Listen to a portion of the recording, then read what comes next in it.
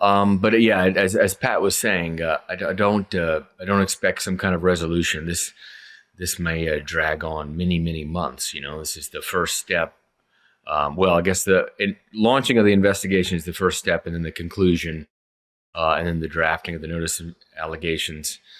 Now maybe we're on step 4, but there's step 5 where Michigan gets 90 days to respond to the NOA when they get it, which is expected pretty soon. I'd imagine they've gotten it already, or either we'll get it very, very soon this week. And then they'll have 90 days to respond to that, and then it goes to a hearing in front of the Committee on Infractions. But that could really drag, right? Many months, and it could include an appeals process too, I believe. So buckle up. This is if this does include any kind of postseason sanctioning or whatever, it's unlikely to come, you would think, this season, right? Because this thing will not be wrapped up by then. So Sherrone Moore, this was really dumb. This was a really dumb move, I guess. I'll get to why it's probably true, but probably panicked and thought, hey, I'll delete the text thread with him and Connor Stalions out of just because it was, I don't know. This was really dumb. The best thing he appears to have going for him is they were able to retrieve him with this mirroring. Because the worst thing that could have happened is he deleted them and they never retrieve them, because it's sketch. And yeah, you could panic. Yeah, you could make a mistake. If you're smart enough to be the head football coach at the University of Michigan, then you should be smart enough when this starts to not delete the text thread with Connor Stalions. Not smart. That said, this is what the NCAA likes to do, and what all prosecutors like to do is they like to say, hey, look, he deleted these texts. Oh my, this is bad. But they have apparently retrieved the texts and read the texts, and they're not charging them with anything that's in the text. So it's probably quite good what's in the text. It is not a violation for him to text with Connor Stalions.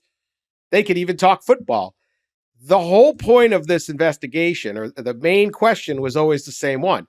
Who the hell knew what Connor Stalions was doing? We all assumed Connor Stalions was doing what he's accused of doing. Who else knew? They say in there, they found no evidence that Jim Harbaugh knew what was going on or directed it.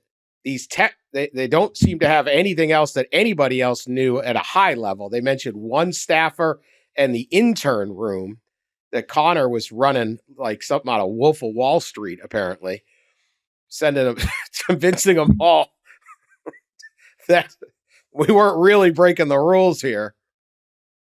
I'm staying.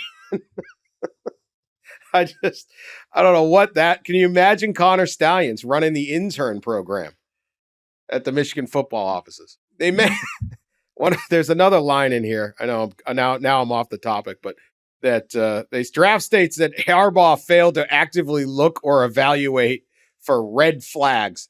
Yeah, no kidding. I could believe that one to be true. Harbaugh didn't know what was going on. When Connor Stalions is directing the interns, I think can't see how this got a little wobbly. But what the NCAA likes to do is they like to nail these guys with a lot of innuendo. And they do it to players also. And the most recent one we saw, I don't even like to give the publicity by naming the player, but, there's a recruit and he goes to an SEC school and there's a big NIL deal and it probably is this big thing.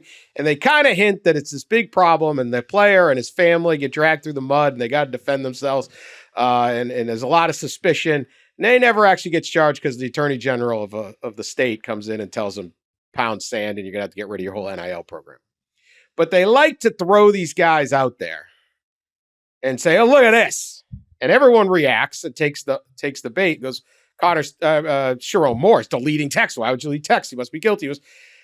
He apparently didn't do anything if they're not charging him with it. So if the NCAA knows that these texts are neutral, benign, exculpatory, whatever, then that should be in the NOA too.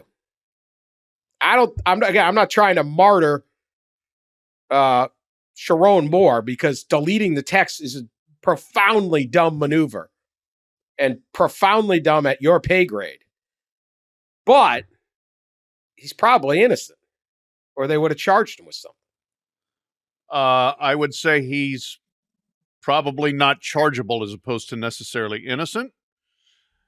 Because while Sherrone Moore might have been dumb enough to delete the texts, he might not have been dumb enough to put anything in writing about, Connor, what are you getting from your guy at the Penn State game this week? That's a conversation you have face-to-face.